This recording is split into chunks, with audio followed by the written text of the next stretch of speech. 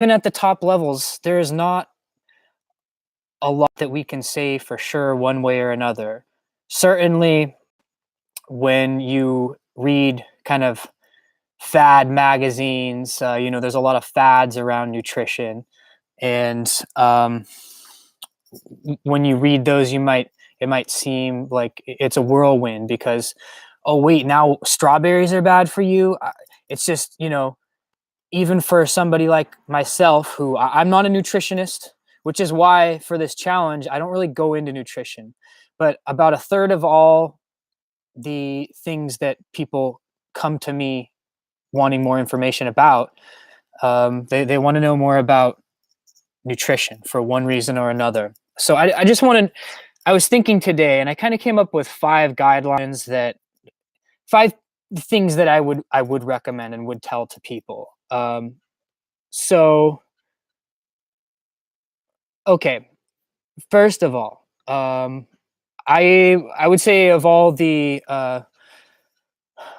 groups that put out information about nutrition, Harvard and Tufts, which are local to me, and I'm familiar with them. I think they really are, as far as research goes, a lot of the cutting edge research is happening at these two institutions. They're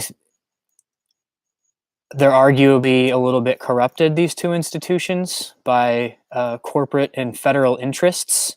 I can have a whole show just about that topic, but I'm save that for another time.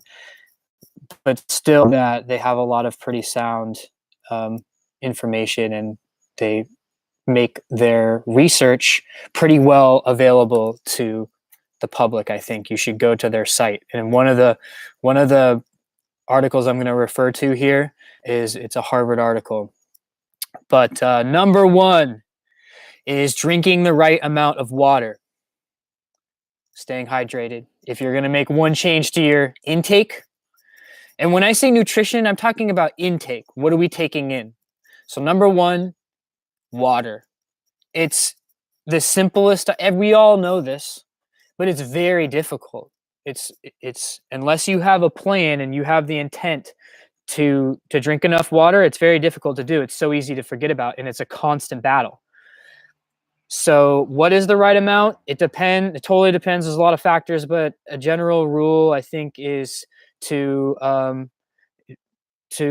take your weight in pounds, convert it into ounces, and divide by 2. So I'm 164. Divide by 2. I'm gonna be drinking about 82 ounces of water a day. And if you're sweating, obviously you got to drink more. You got to drink more than that. That's like a baseline. And how many of us get that amount? Surprise!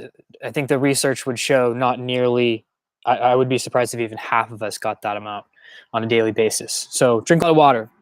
Number 2 is eating the right amount of bulk. So, this is a concept. I don't think this is the way we think about nutrition often enough, where in bulk, we can refer to that as, you can think of it as fiber. We know fiber is good for us.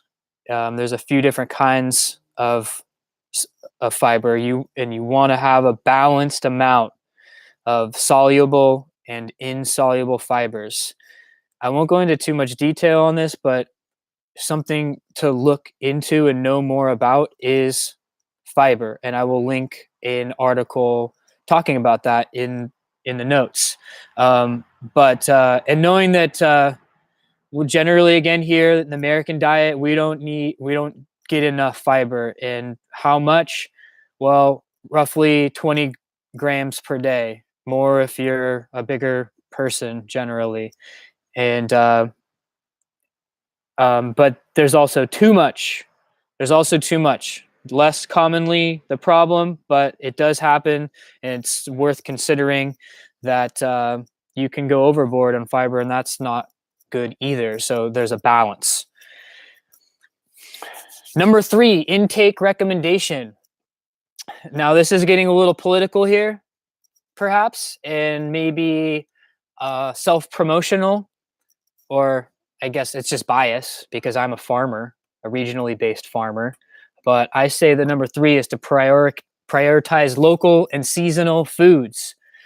Um, Research shows, and you can do your own research on this, but from what I've seen, um, there is an indication that locally grown and seasonally produced foods are going to be higher in nutritional quality. And not only that, and this is getting off, into a different sector perhaps, but this is just my bias. I'll come out and say I believe in building communities, and I believe in regionally based economies. If you believe in that idea as well, then this is absolutely part of the equation, having a positive community impact. You will have a positive community impact if you prioritize local and seasonal foods. I can have a whole discussion on that, and maybe I will. But we got to go on to number four. Number four is to eat more to get bigger and less to get smaller. Simple enough, right? Well, and that is, I'll come right out and say that's oversimplified in some cases, but more often than not, you can do it this way. So I just had a conversation with a couple of my former athletes who now they're in college and they want to get big. Okay, well, you got to eat more first of all, and that's a no-brainer, but it bears repeating, I think, and it really is the basic for getting bigger. You have to eat more calories, and then on the other end, maybe more common as we get a little older, and maybe a little bit more for particularly for females, tend to be concerned with they want to get smaller. And I'm going to have a body image episode very soon. It's very important. I'm not going to get into it today, but just to know, generally speaking, if you eat a little bit less, you'll probably get a little bit smaller. Number 5, limiting refined sugars. I'm not really, I think we're way too restrictionist, and we have way too much fear in our culture around food, and that's part of the problem that we face. And I like to say that eating a variety of things, there are very few bad foods, but refined sugars, they don't seem to be good. They don't seem to be, based on what they seem to do to us, it doesn't seem like it's food. We shouldn't be eating it. And I want to refer to this article now and read a few parts of it. And so first of all, high fructose corn syrup is the one type of sugar that gets the most flack. And the beginning part of this article discusses how really all simple sugars ultimately behave the same in our bodies.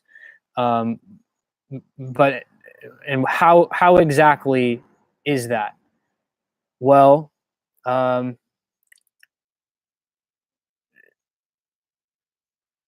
so okay, well, I'm just going to read this part of it here. And now they're talking about taking orange juice, for instance, and how well, let's read what they say. They're talking about so what's the difference? Is orange juice good for you and sugar is bad for you? What's the deal? So what they say is, unfortunately, the metabolic effects of orange juice are very different than those of fruit. Orange juice does retain the vitamins found in oranges, but the fiber content is very different. During the juice process, fiber is usually filtered out or pulverized, reducing its beneficial pro-satiety effects. The juice's dissolved sugar is thus efficiently absorbed by the small intestine and enters the blood quickly. consuming juice raises your blood sugar rapidly. After the subsequent blood sugar crash, you'll soon be hungry again. Okay. This is a little different than I thought it was, honestly. It's going a different direction than I thought I was going to go. Um, but this is a good point to bring up. And I hope that I bring more articles into the discussion. But let's just take this point. You can see there who this paper is for. This is for those folks who want to be smaller and who have a concern with you can see in this line, after the subsequent blood sugar crash, you'll soon be hungry again. Well, if you're looking to get smaller and you feel like you're having issues controlling your satiety, then this is going to be of concern to you.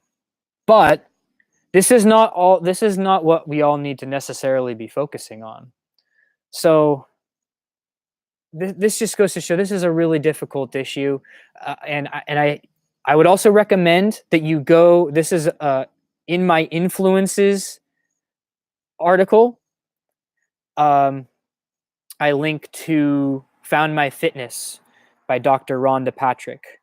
You should listen to some of her podcasts and her take on sugar, because she draws a distinction between refined sugars and even these fruit juices that this article is showing how they behave in the same way.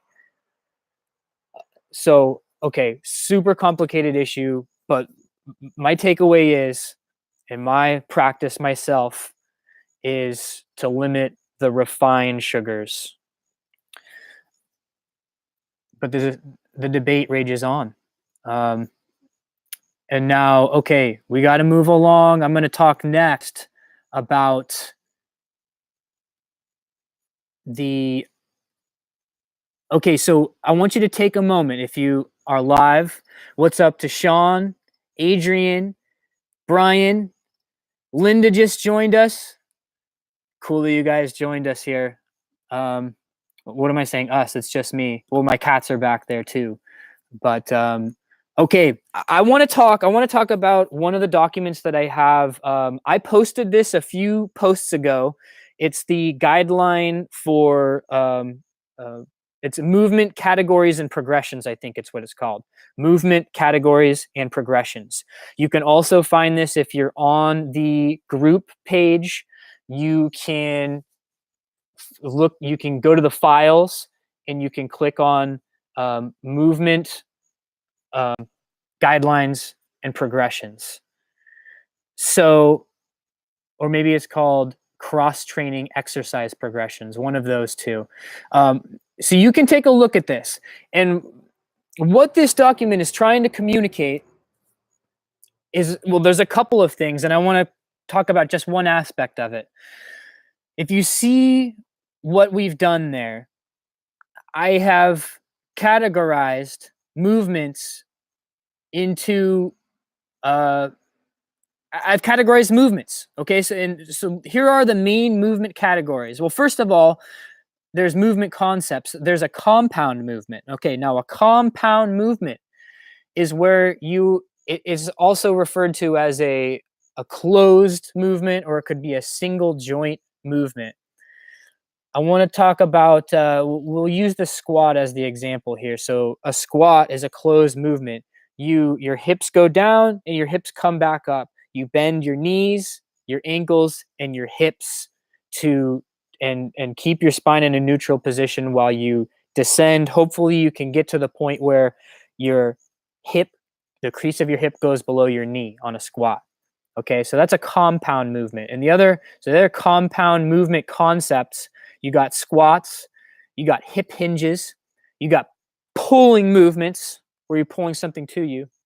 You got pressing movements where you're pressing something away from you. And then you have core exercises, which pertain to just working either at the hip or at the to working on torso stabilization, or you're working on scapular retraction, or you're working at uh, the thoracic spine or the cervical spine. Okay, so it's happening along the trunk here. And those are the 1, 2, 3, 4, 5 compound movement categories. A lot of your basic resistance training exercises will be compound movements. Now, a complex movement is where you're going to sort of, it's a little bit more dynamic of a movement. It's not it's an open movement, not a closed movement.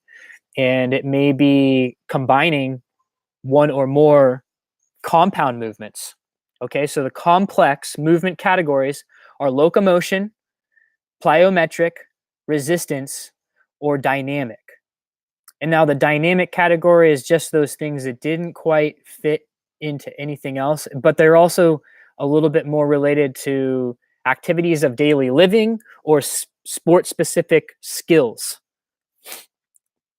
Now, let's go into a little bit more detail. And by the way, all of the movements that are listed on this document, these are my favorite movements. For one reason or another, I like these movements. They can fit into a balanced workout routine. A lot of these, I've been actually going through the last couple of months and just watching tons of videos, especially from physical therapists, and seeing what they do. And then I'm fitting these movements into these categories, and it's not perfect. It's really not perfect. It's a working document, but I've got it to a point where I think it's usable, and I want to start using it. And I think it's communicating. Yeah, it's just, I think it really helps to be able to take movements and just understand why we're doing them. Why are you doing that exercise? If you can't answer that question, well, you should be able to answer that question. And if you think about the way your body moves through space on a daily basis, that's the way you got to think about it. And then think about, okay, well, what can I do when I exercise to make myself flow through space even more gracefully or powerfully, or in such a way that I'm going to mitigate my risk of getting injured? I think this is a really helpful way to think about it, thinking about the movements in categories. So now let's go back. Okay, so looking at the squat, all the movements within the squat, there are subcategories of the squat. Well, you have just the squat, and then you have a split squat, and then you have quad, hip flexor, and glute stretches, which I also put in this category. These are stretches or postures that are directly related to the squatting movement. Now, within each squatting exercise, within each subcategory, there are a number of exercises, but and I'm not going to get into the progression aspect of it, but just know that we have to be able to walk before we can run, et cetera, et cetera. And that's the other aspect of this document that I'm trying to communicate. And you can see that, I think some folks, you might take an exercise class, or you might see an exercise on YouTube and say like, oh, I want to try that. And I definitely think that we should be trying stuff. Don't be afraid to try stuff, but also you got to be reasonable. You got to take, and having a little bit of understanding for the movement progressions, and that, look at squat. Level 1 squat is a low sit to stand. Okay. So if you have a difficult time, well, let's move up in the progression a little bit. Okay. So level 3.5 is a goblet squat. So you hold a weighted object and you go down into the squat. And that's you want to be able to do that first and go down to the proper depth, which you may not be able to do at first, but you probably want to be able to go down to the proper depth while holding a light weight before you introduce the barbell. And so And the same goes for all of the exercises in all of these different categories. So if you have any questions about that, I just love to geek out on this stuff. So I'll talk about it all day. But I think you guys are ready to move. So I got a little workout routine for you. This is going to incorporate bands. I have some of the closed looped bands. Wad Fitters brand. I have about 4 different sizes. You can also, these are a little more expensive, but you can get the open looped ones that have the handles on it. Those are a little bit cheaper. Either one of those work. And I think it's just an awesome thing to have around the house. I mean, and what I would say is, though, you want to get at least 3 different sizes, 3 different thicknesses. So that way you can do, some exercises. It's going to be super easy with a light band, but also there are other exercises where you will want to use the light band, and I'll talk about that in this workout here. So what we're going to do, we are going to hit sets of 10, and I'm just going to go through this routine twice with you, but you could, if you want to keep going, you can keep going. And rest, you really want to individualize the rest, but I'm going to pretty much try to go through it continuously, just about continuously. So I'm going to do thrusters, banded thrusters, and then I'm going to sprint 40 meters, 20 meters down and back. Then I'm going to do 10 lunges, and then I'm going to do band resisted lunges. I'll show you how to do that. And then I'm going to do some burpees. I'm going to do some, and I'm going to vary the burpee too. I'm going to do a regular style burpee, and I'm going to, for every one of those, or I'll do that on the first set, and the second set, I'm going to do lunging burpees. And then I'm going to do banded high pulls and curls. And then I'm going to do banded lateral steps. And then I'm going to do banded pull aparts. All right. So about 10 repetitions of each exercise. All right. I got to take these off. I don't know how well you're going to be able to hear me, but you can just watch. All right. Oh man, look how many people are signed in. This is awesome. What's up, Patch? What's up, Josh? Colleen, Kristen, John, Deb, Aaron. What's up, everybody? Hey, do this workout with me, or maybe you can do it like tomorrow and set it up.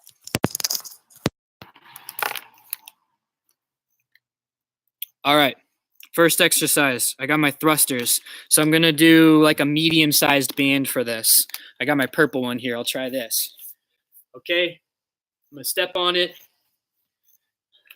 I'm gonna bring it up to a rack position, and then I'm gonna squat it, try to get that depth, and then press it up. Ooh, this is pretty good amount of resistance for me here.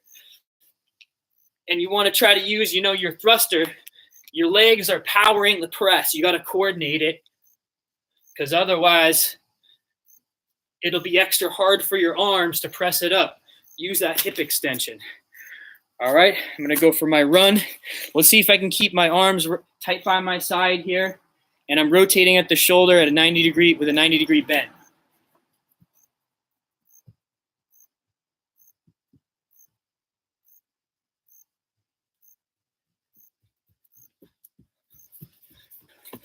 That's good.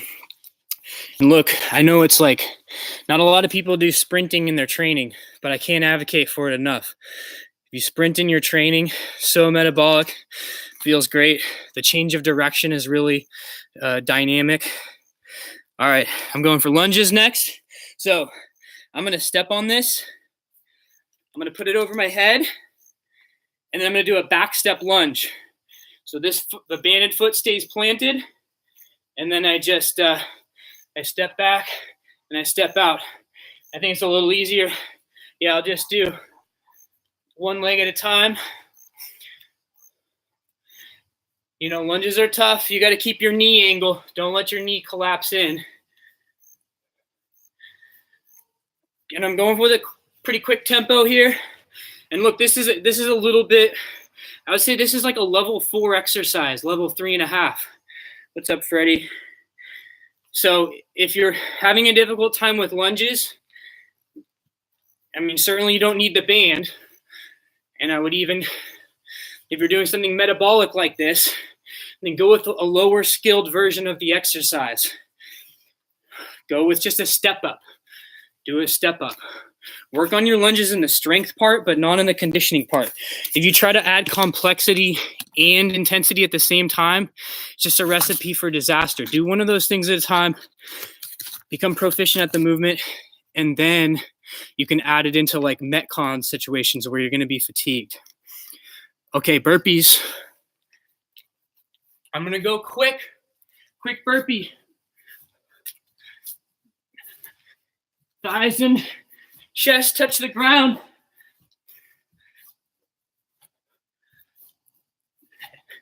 And then extend and clap the hands overhead at the top. Yeah. Okay. High pull curls. I'm going to use medium-sized band again. You can step on it with both feet. And, I'm going to do one exercise at a time because for the high pull, I'll have my hands in a facing my body. I'm just pulling it up. Check the tempo.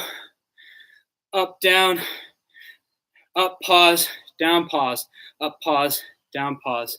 Look at the mechanics, not rounding and shrugging. I'm actually squeezing my shoulder blades together and pulling my elbow back. 10 of those, and then flip the hands over and rip out your curls. Again, here, the tendency will be to round and shrug. You got to keep your shoulder blades retracted. Tuck your chin back. This is what we're talking about as far as posture goes. Got them. I want lateral band steps next. So this is difficult to do unless you have like a proper ankle band, but you can take your smaller closed loop one, double it up, and then put it around your feet. This is still a little bit wide, but I can make it work. I'll just step out with 10 steps. Actually, so I can hang out with you guys here, I'll stay right here. I'll just do 3 at a time.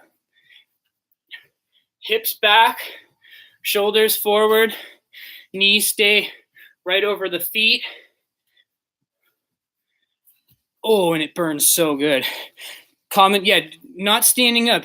Get down into a lower position so you have better leverage and strength on that. Okay, last one, banded pull aparts. You can take a light to medium one and get your posture, chin tucked back, chest open, shoulders rolled back, elbows extended, palms up, and then pull it low across your chest. Same tempo. Pull, pause, release, pause. Pull, pause, release, pause. One more. Okay, great. All right. So try that one. That one feels great. Do that even one time. I mean, what did that take? 8-minute workout. Killer. Full body. Do it a couple more times. Really killer. Really feels good. And it's not that high intensity, but it just feels like, it's really solid movements as long as you're doing it with sound posture, never compromising your posture, and just really doing it. All right. Freddie and I are signing off for tonight. Have a great weekend, and I'll be back live Monday night at 5:30.